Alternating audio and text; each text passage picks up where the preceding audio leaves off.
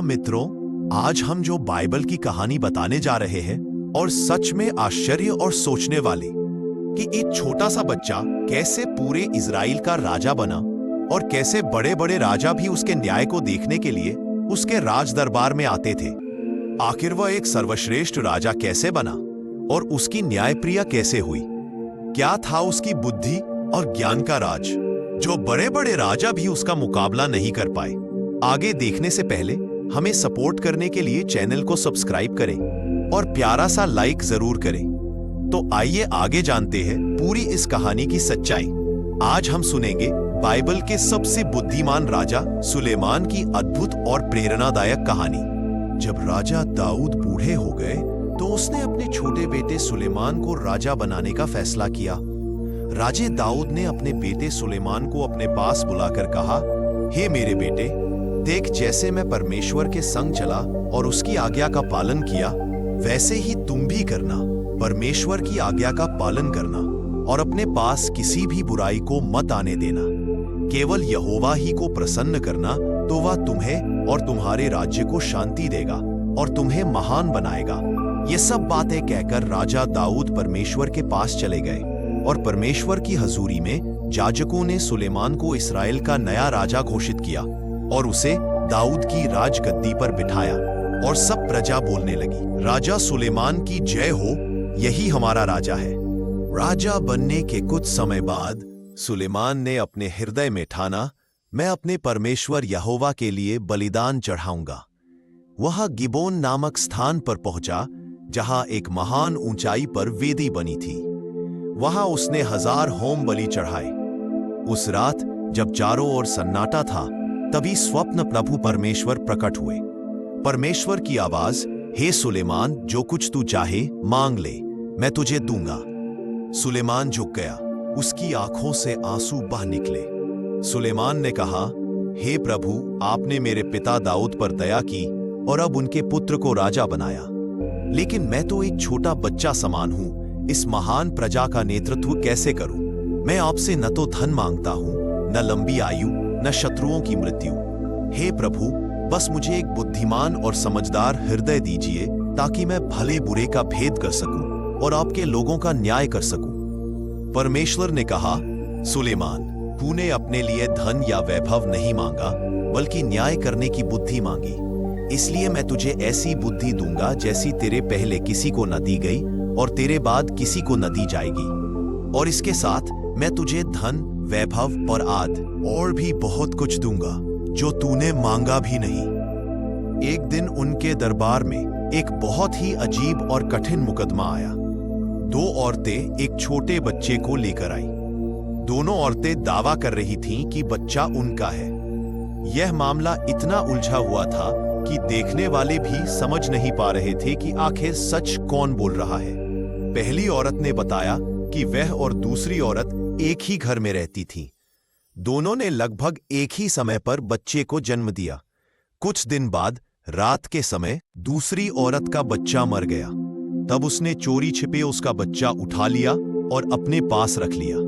सुबह जब पहली औरत उठी तो उसने पाया कि उसके पास जो बच्चा है वह मरा हुआ है, लेकिन ध्यान से देखने पर उसे समझ आया कि यह उसका बच्चा नहीं बल्कि दूसरी औरत का है। उसका अपना बच्चा तो जिंदा था, जिसे दूसरी औरत ने छीन लिया था।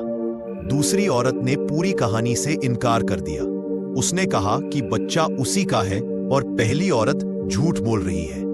अब दरबार में खड़े लोग हैरान थे कि दोनों औरतों में से कौन सच कह रही है। दोनों अपनी अपनी बात पर अड़ी हुई थी। किसी के पास कोई गवाह नहीं था और न ही कोई सबूत। यह मामला सीधा साधा नहीं था। यह केवल बुद्धि और समझदारी से ही न्याय किया जा सकता था। सबकी निगाहें राजा सुलेमान पर टिकी थी।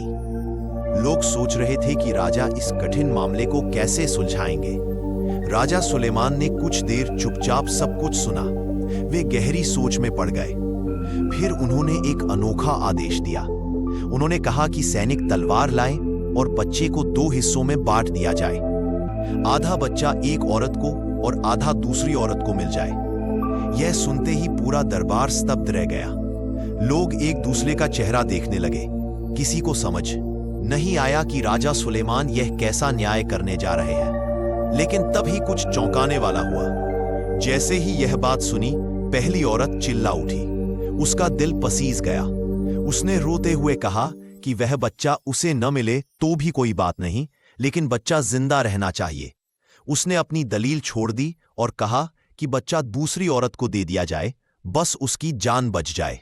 वही दूसरी औरत का दिल बिल्कुल अलग था। उसने निडर होकर कहा कि हाँ, बच्चा काट दिया जाए, न मुझे मिले और न इसे। अब पूरा दरबार समझ चुका था कि असली मां कौन है। असली मां वही थी जो अपने बच्चे की जान बचाने के लिए सब कुछ छोड़ने को तैयार थी। राजा सुलेमान मुस्कुराए और सबके सामने घोषणा की कि बच्चा उसी औरत को दिया जाएगा जिसने अपने बच्चे के जीवन को बचाना चाहा। उसी पल सैनिक ने बच्चा पहली औरत को सौंप दिया। वह खुशी और आंसुओं से भर गई। दरबार तालियों और जयकारों से गूंज उठा। लोग राजा सुलेमान की बुद्धि और न्याय की सराहना करने लगे।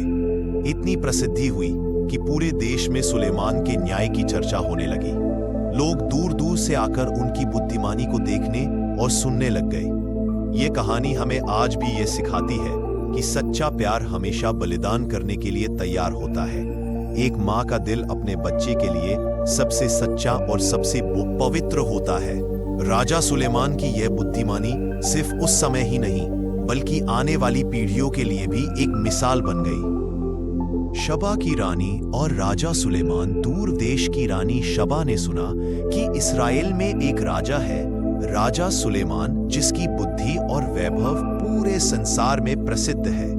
उसने मन ही मन सोचा, क्या ये सच है? क्या वास्तव में कोई राजा इतना बुद्धिमान हो सकता है? मुझे इसे परखना होगा। शबा की रानी अपने सेवकों, ऊंटों, सोना, कीमती रत्न और सुगंधित वस्तुओं के साथ यरूशलेम आई। वह सुलेमान के महल में पहुंची और उसने बहुत कठिन प्रश्न राजा से पूछे। राजा सुलेमान ने परमेश्वर से मिली बुद्धि के द्वारा उसके हर प्रश्न का उत्तर दिया। रानी ने न केवल उसके उत्तरों में दिव्यता देखी, बल्कि महल का वैभव, सेवकों का अनुशासन और मंदिर में परमेश्वर की आराधना देखकर चकित रह गई। उसने कहा, जो कुछ मैंने तेरे विषय में सुना था वह सब सत्य है, परंतु मैंने जो देखा है वह उससे भी कहीं अधिक है। तेरे लोग धन्य हैं जो तेरी बुद्धि और वचन सुनते हैं, जिसने तुझे इस्राएल पर राज्य बनाया है, ताकि तू न्याय और धर्म से राज्य करे। राजा सुलेमान का जीवन हमें यह सिखाता है कि उसकी सच्ची शक्ति और सफलता न तो उसके धन में थी, न उसके राज्य के वैभव में, बल्कि उस बुद्धि में थी जो उसे परमेश्वर से मिली थी। जब वह जवान था, उसने परमेश्वर से न धन मांगा, न शत्रुओं पर विजय, बल्कि उसने प्रार्थना की, हे प्रभु, मुझे एक ऐसा हृदय दे जो तेरा भय माने और लोगों का न्याय कर सके। यही प्रार्थना उसकी महानता की जड़ बनी और परमेश्वर ने न केवल उसे बुद्धि दी, बल्कि धन, वैभव और आदर भी प्रदान किया।